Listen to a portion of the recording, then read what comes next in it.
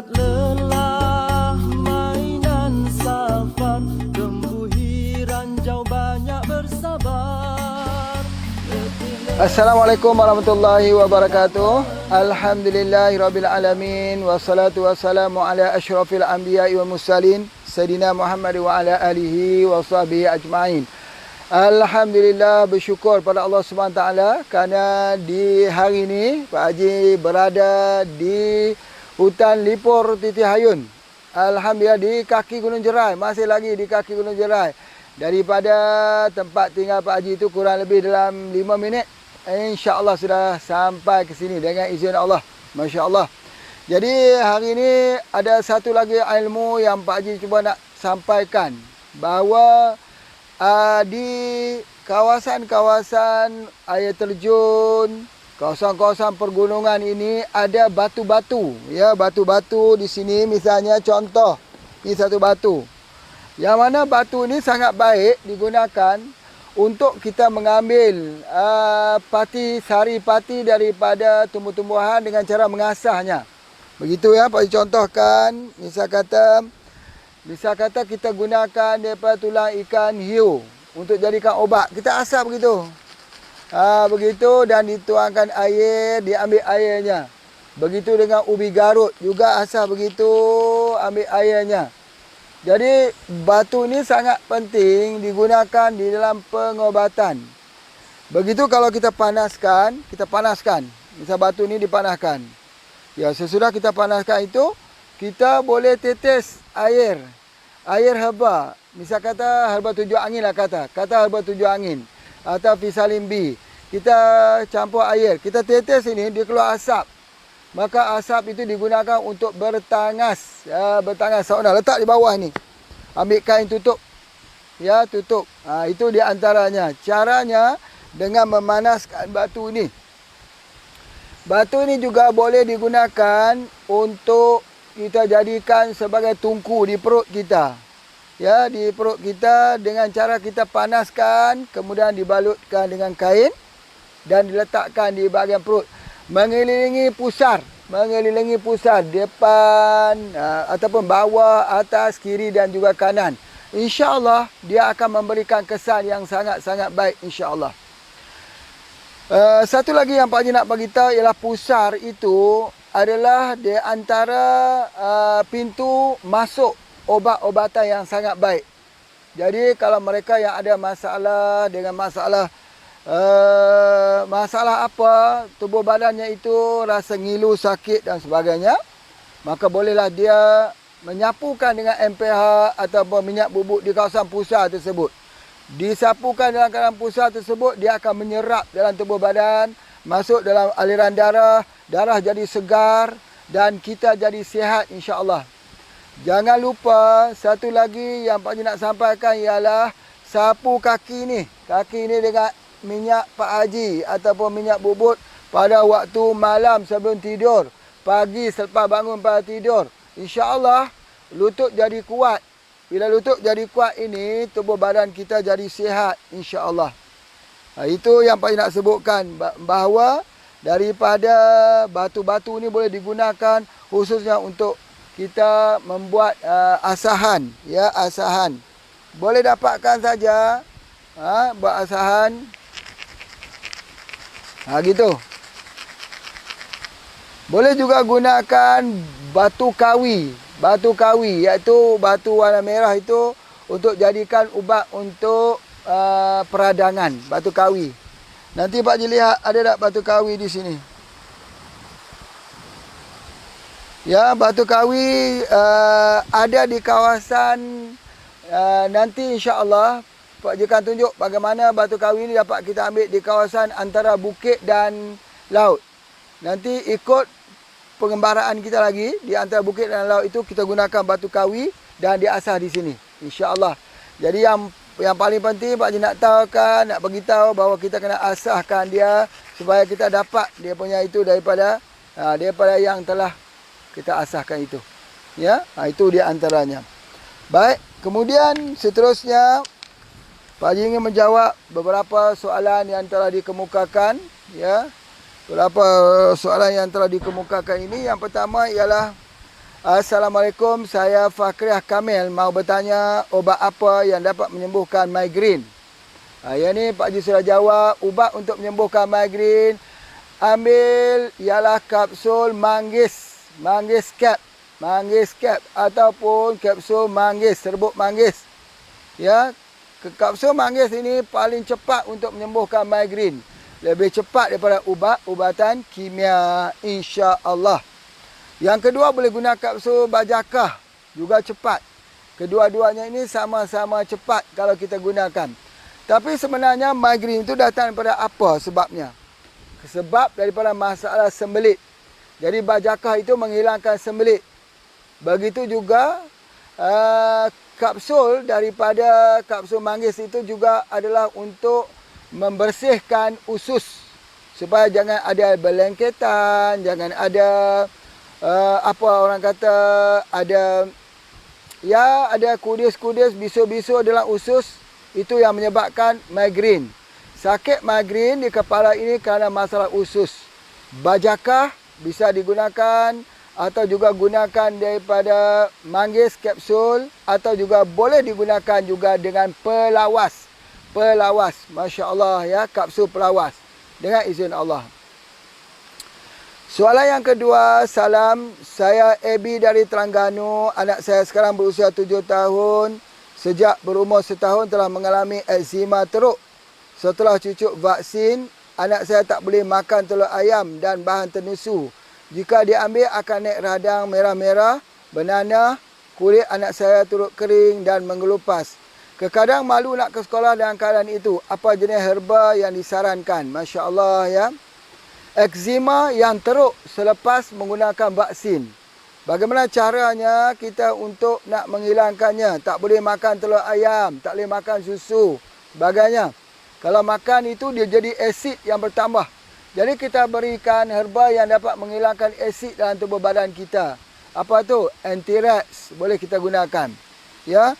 Kalau bentuk eczema ataupun bentuk alahan begini, maka kita gunakan anti-rex. Anti-rex digunakan bersama dengan SJ2. Namun begitu dia perlukan sedikit masa untuk sembuh, insya-Allah. Ya, dia tidak boleh kita rawat hari ini, nak sembuh hari ini, dia perlukan sedikit masa. SJ2 itu harus diambil waktu pagi, waktu tengah hari, waktu petang, waktu malam. 2 kapsul, 2 kapsul, 2 kapsul, 8 kapsul satu hari. Jadi diambilnya. Begitu anti-rex hanya ambil 2 kapsul saja pada waktu malam. Istiqamah selama 1 bulan, insya-Allah kulitnya akan semakin hilang kesannya dan sebagainya. InsyaAllah kalau diteruskan sampai 3 bulan, semua bahan alergik seperti susu, seperti telur, itu sudah boleh diambil. InsyaAllah. Kerana racun sudah dikeluarkan daripada tubuh badannya. Apabila kita menggunakan vaksin, kadang-kadang vaksin itu dibiak di dalam telur busuk. Kadang-kadang vaksin itu dibiak di dalam darah babi. Kadang-kadang vaksin itu dibiak di dalam bahan yang mengandungi merkuri yang tinggi. Jadi oleh sebab itu kalau kita membaca di dalam sebuah buku Halal dan Haram yang ditulis oleh KAP, Persatuan Pengguna Pulau Pinang, mengatakan bahawa vaksin adalah salah satu daripada obat yang menggunakan kadar merkuri yang lebih tinggi daripada yang diizinkan dalam obat-obatan herba. Jadi oleh sebab itu maka kadang-kadang berlaku begini kepada anak-anak. Selepas dibagi vaksin jadi sakit kulit yang berterusan. Jadi oleh sebab itu maka kita gunakan anti-rex dan SJ2. InsyaAllah dengan izin Allah. Soalan yang ketiga, Assalamualaikum Tuan Haji. Mariam, Cederung Balai Perak. Saya mempunyai kanser tahap 4. Saya dah makan bajakah 3 botol atas nasihat Tuan Haji. 2 minggu lepas saya sesak nafas masuk ICU. Doktor dah keluarkan air di paru-paru saya sebanyak 1 liter.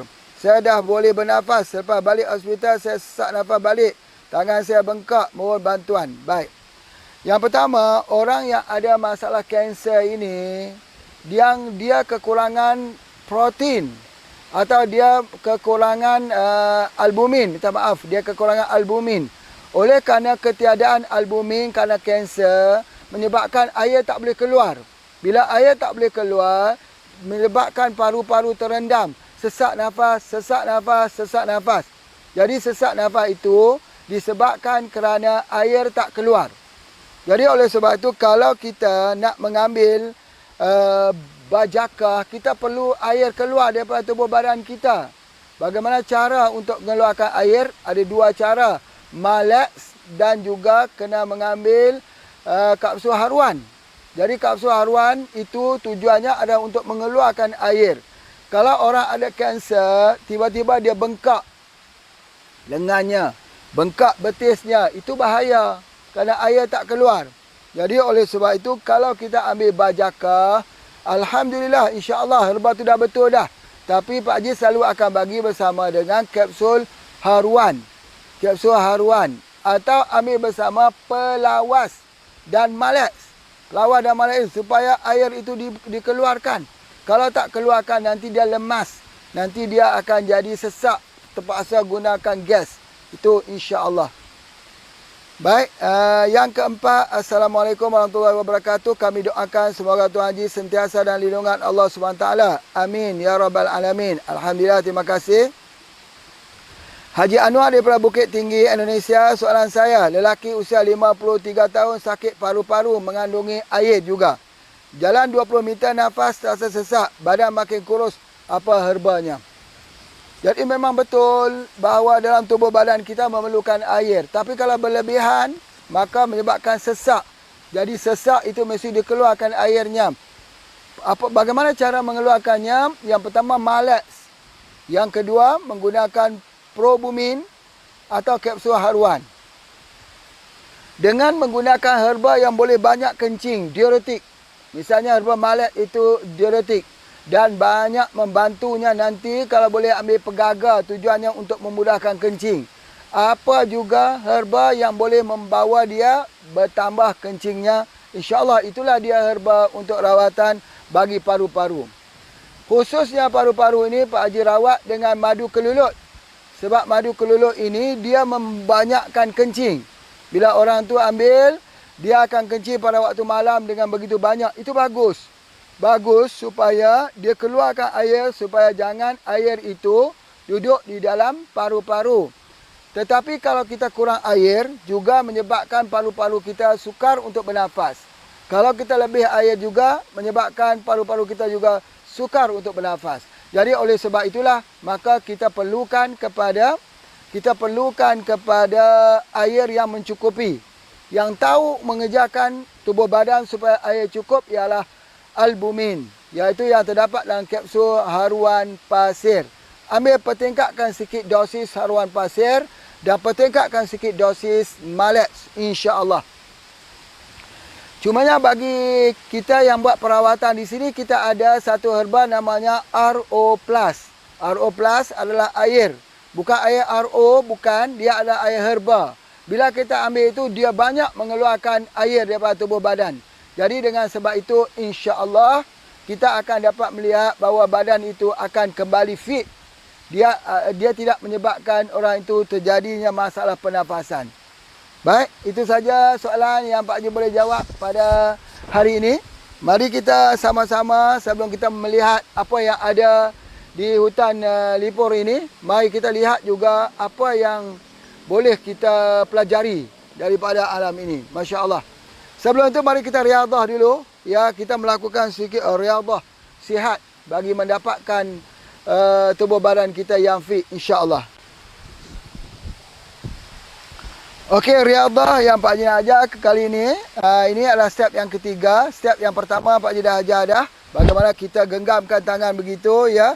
1, 2, 3, 4, 5, 6, 7, 8, 9, 10.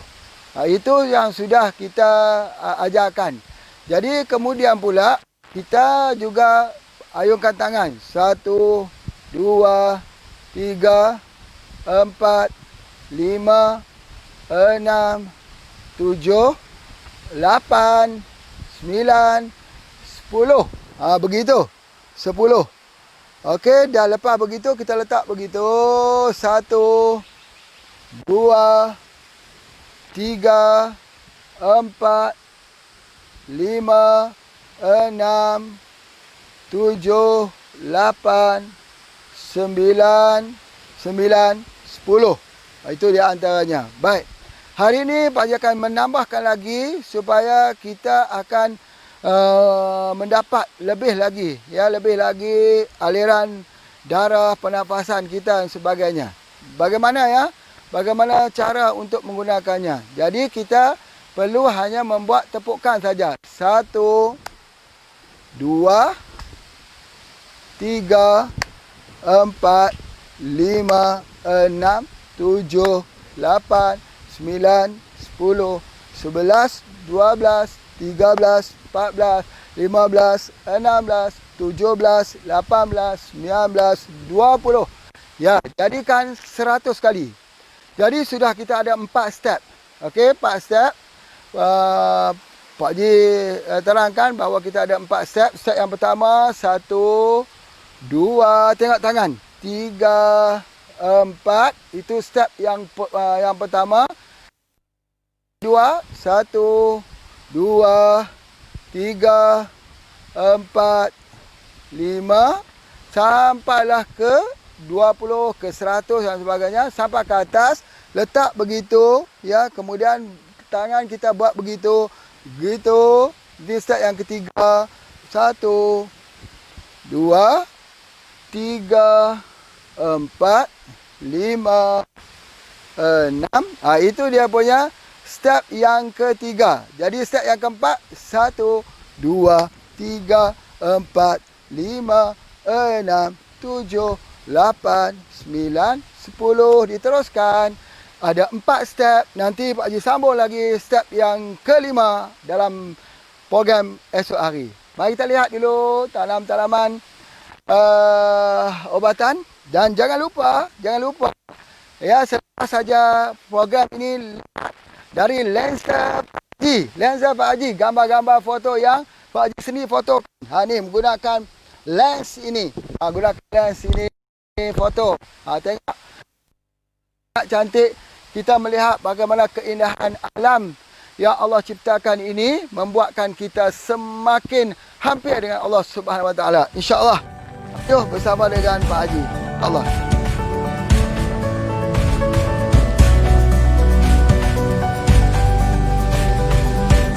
Okey, di hutan ini ada banyak tanam-tanaman. Yang ni pula kalau Pak Haji lihat ini daripada jenis pokok jambu air, jambu hutan. Ya, jambu hutan. Maka ini pohon jambu ini digunakan di bahagian kulitnya. Selalunya kita panggil dia pokok keriang, ya. Pokok keriang. Keriang apa? Keriang air kah? Keriang apa, ya? Biasanya kami ambil kulitnya itu dibuat untuk ubat bagi wanita. Ubat untuk wanita. Ada produk khas Pak Haji namanya kapsul kesihatan wanita khusus. Ini antara ilmu yang diajarkan pada peringkat awal dahulu, bagaimana mencampurkan kulit keriang. Pak Haji tak tahu pokok keriang ni, nak kena tengok nama saintifiknya, yang boleh dijadikan sebagai salah satu daripada obat-obatan. Masya Allah, di sini ada banyak lagi herba yang boleh kita lihat.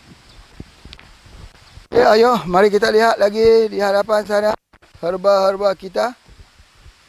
Oh, ini pokok apa ya? Ini pokok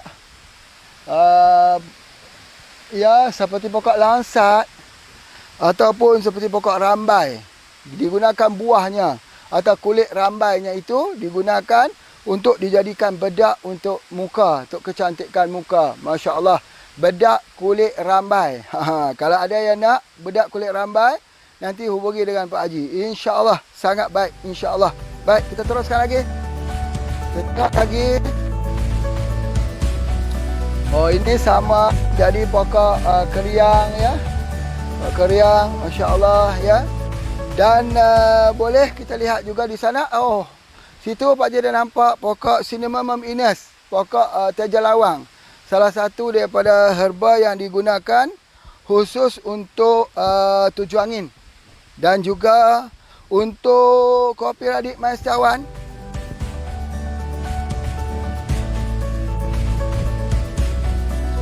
Ya, ini dia pokok terjalawang. Subhanallah. Ini pokok terjalawang Cinnamomum Innes mempunyai minyak asiri yang digunakan untuk gastrik. Sebab itu Pak Haji nak sebutkan ya, kalaulah kita katakan ada satu herba yang paling baik boleh guna untuk semua, herba HP, herba apa? Herba tujuh angin. Tujuh angin. Tujuh angin mengandungi terjalawang juga. Ya, di mana terjalawang ini dapat untuk memperbaiki pencernaan. Bila pencernaan kita lemah, betis kita akan ngilu ni. Bahagian betis akan mengilu. Bahagian ini tulang, bahagian ini akan jadi kram. Disebabkan apa? Kerana masalah pencernaan juga. Masalah sembelit. Jadi oleh sebab itu, kita lawaskan dengan menggunakan Cinnamomum Innes. Cinnamomum Innes ini salah satu daripada pokok teja yang banyak sekali digunakan di dalam pengobatan. Termasuk kalau kita katakan pokok teja ini mengandungi minyak asiri. Minyak asiri. Boleh digunakan untuk gastrik, untuk emah. Ya, boleh digunakan. Masya Allah, dalam herba tujuh angin. Begitu juga ada di dalam kapsul radik. Ada juga di dalam minuman kopi radik, black radik. Ada juga mengandungi pokok teja ini. Jadi oleh sebab itu, Pak Haji mencadangkan ya, Pak Haji mencadangkan bahawa jangan lepas kita daripada minum kopi radik Maisawan. Kerana kita melihat hari ini fenomena yang berlaku ialah COVID-19 ini, dia bukan habis ya, dia pergi kemudian dia datang, dia adaptasi, dia membentuk satu bentuk virus baru yang boleh menyebabkan sistem imun kita jadi lemah. Jadi kita shield, kita lindungkan dengan kita mengambil dengan daripada herba-herba yang ada di negara kita, di Nusantara ini. InsyaAllah Pak Haji percaya dan yakin bahawa kalau kita terus menggunakannya, Allah akan bagikan kita sihat. Likulli da'in dawa, setiap penyakit ada ubat. Dapat lihatkan di banjaran Gunung Jerai ini, terdapat lebih pada 1,230 spesies tanaman obat di Malaysia. Dan Pak Haji percaya bahawa kebanyakan obatnya, tanaman obatnya ada di Gunung Jerai ini. Dan Gunung Jerai ini juga telah dijadikan sebagai hutan simpanan.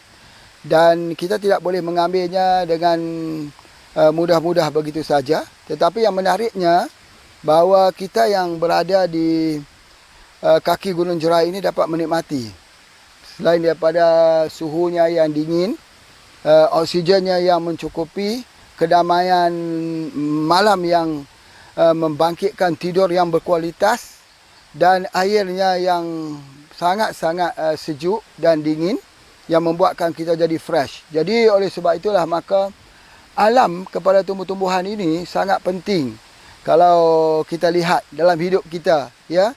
Kalau ada orang mengatakan dia bergantung pada kimia, dia bergantung pada ubat kimia, lalu dia melepaskan dirinya daripada penggunaan sumber alam ini, itu satu kemiskinan daripada ilmu.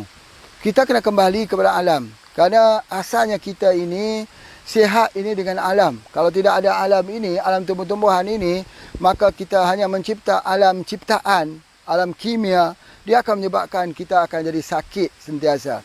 Jadi oleh sebab itu maka inovasi dia. Selalunya orang nak minum kopi, nak minum teh. Kalau teh kita nak minum teh apa? Teh kita boleh buat daripada Java tea, iaitu daun misai kucing, ya teh daripada pegaga, yang kita campurkan nanti aksesorinya dengan halia, dengan masukkan halia sebagai penyeri ataupun bagi penyedapnya lagi yang akan mencetuskan. Jadi oleh sebab itu apa yang Pak Haji nak sampaikan kat sini, bahawa jangan sama sekali berfikir bahawa kita ini akan sihat dengan membiarkan tubuh badan kita ini bekerja sendiri tanpa top up dengan herba, tanpa kita mengambil herba. Jadi oleh sebab itu maka pengambilan daripada makanan-makanan alamiah ini dan suplemen-suplemen inilah yang membuatkan kita jadi sihat dan sihat, bugar di usia senja, insya-Allah. Terima kasih daripada Pak Haji. Jangan lupa. Assalamualaikum warahmatullahi wabarakatuh.